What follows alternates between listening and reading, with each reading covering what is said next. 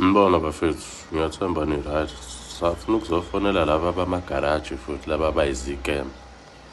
Laba baskema abantu, athi sibafonele.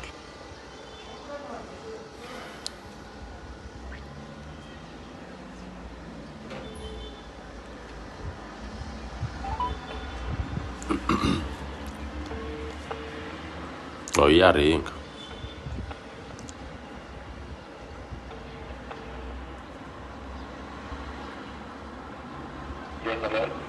Yebo, bhuti kunjani?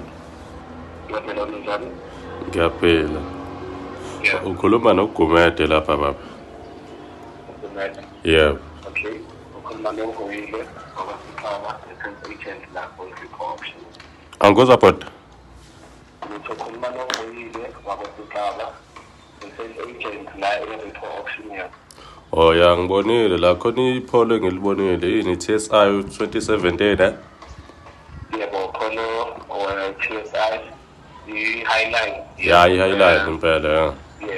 Yebo. Imalini? 36,000. 36,000.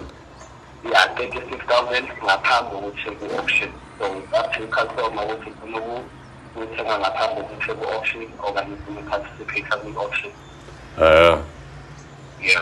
Manje ke kuye kwenziwe kanjani ke imoto imisuke umuntu mhlawumbe uma nesifiso sokuthi eyithenga. Manje menginesifiso sokuthi ngiyithathe ngenza kanjani? Ufuna ukuyithatha ngaphambi kokuthi ku-option. Yebo. Okay, ufuna ukuyithatha ngekhona uzophasela kahle. Oh. Yebo, ufuna ukuyithatha ngenyanga. Hey. Ngisho namanje nje futhi imikhona indlela yabo. Okay. Ngizathola ukuthi ufuna Oh, ngiseThekwini. Oh, Thekwini. Yeah. Okay, nginayo iphasi. Yazi ukuthi benzakala lokho ukuthi kumele sikwenzele i-client profile, ne? Ini? I-client profile, kumele siverify njenge-client yethu. Okay. So into engizodinga kuwe, ngizodinga imininingwane yakho, igama nefomo, Oh. i-claim la uhlala khona, i-email address, i-ID number, kanye nemininingwane yomuntu osondelene nawe, igama nefone number. Oh yeah. Just in case kuyenzeka ukuthi makufonela manje ngale moto ungatholakali kunomuntu ongaxhumana naye kanjalo. Oh yeah, ngiyakuzwa. Yebo, bese uyathi songithumela yonke le mininingwane ngithatha ngithumele i-finance department yethu. Bazokwenzela i-invoice angisho njengoba benishizo nama-bank deposit yethu ajale umhlaba option kodwa kuthatha nethuba lokuthi uthole ngaphambi kokuthi ungene ku-option. So ngithumela ngithumele ama-financial directors wethu azokwenzela i-invoice. Le invoice izoba nayo yonke imininingwane. Hey, ubuye ungazwakali kodwa bafo. Ngithi ngibuye ngingakuzwa kahle. Angazi noma Okay. ya ngiyakuzwa ukuthi ukhuluma ngathi uyahlohloza. Oh. Yeah. So uzothuma ngithumelile yonke le information. Ngizoyithumela i-finance department bazokwenzela i-proforma invoice.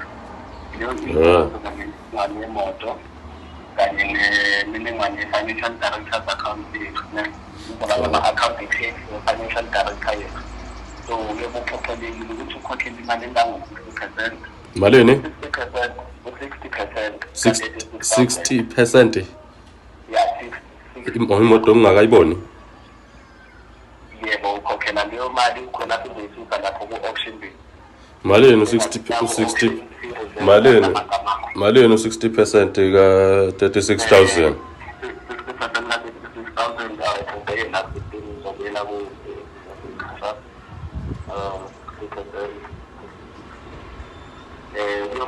21,600. Oba umalini? 21,000. 31,000. Yebo, 21. Oh. Yebo, ukhokhela 21,600. Bayisusa imoto aside option bayareserve ngamagama akho. Utheni into ukuthi uwenze sure ukuthi yonke imininingwane ongithumela yona iqiniso ngoba sokwenzela i-change of ownership. Oh, okay. Change of ownership. So ngoba ikhokhele yonke 1,600 ayifaki option lemoto.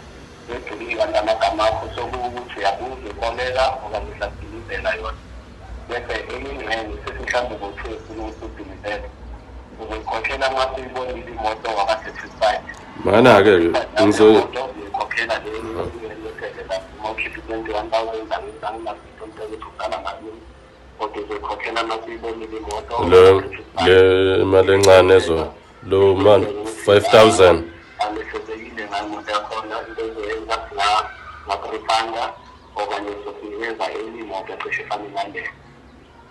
Oh lo mina ngizothi imoto mase ngiyibonile-ke bese ngikhokha le balance ka-5,000 angizange imoto mase ngiyibona bese ngikhokha le balance ka-5,000 yebo ukhokha leyo balance set oh ukhokhela awukhokheli u-30 something thousand ngaphambilini ukhokhela u-21,600 oh lena nje kufanele ngikhiphe manje leyo angithi yebo ukhipha u-21,600 bese enye uyikhokhela manje sezivile lakho oh ubhekele ukuthi imali asivele siyenze ukhokhela u-14,400 mase uyibonile imoto waka-satisfied huh ukhokhela leyo enye futhi into ezofuna ukuthi uyenze ukuthi wenze i-make sure ukuthi ifoni yakho i-on ngoba iyona nje i-driver azoxhumana nawe bese kungenye i-code ozoyithola yokusuka ebhenki leyo code iyona ozoyibukisa udrayiva nemoto isukile lapho khona ne-driver ezoba nesiqiniseko ukuthi ideliva umuntu uno-right. oh Yeah. okay fanele ngisendela-ke ngibizela-ke ama-details wakho bhuti-ke khona ngizokwazi ukuthi sivele nje siyenze le nto le Okay, alithi ngiyazama ongibizela i-akhawunti-ke ngiyibhale nje khona la phansi now WhatsApp. hhayi mina ngikude lezi zinto zo-WhatsApp yabo ya ungcono ungisendele nge-message yabo ya kuyo le namba engikufonela ngayo okay and then-ke bese ngisenda le mali le ngithi bese ngisenda uba uthe u-31,000 le ngizowusenda imoto ngingakayiboni angithi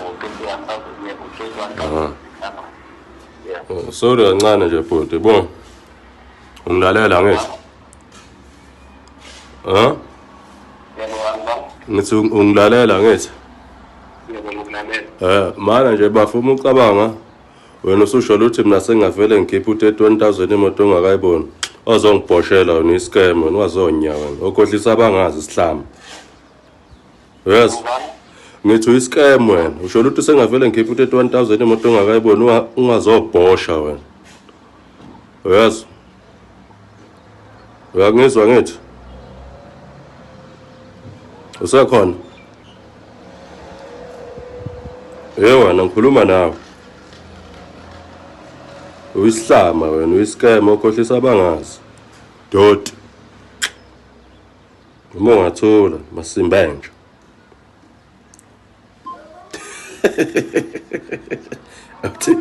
athi ngimphinde futhi ngimfonele ngimuze ukuthi uzo mbona ukuthi uyibamba yini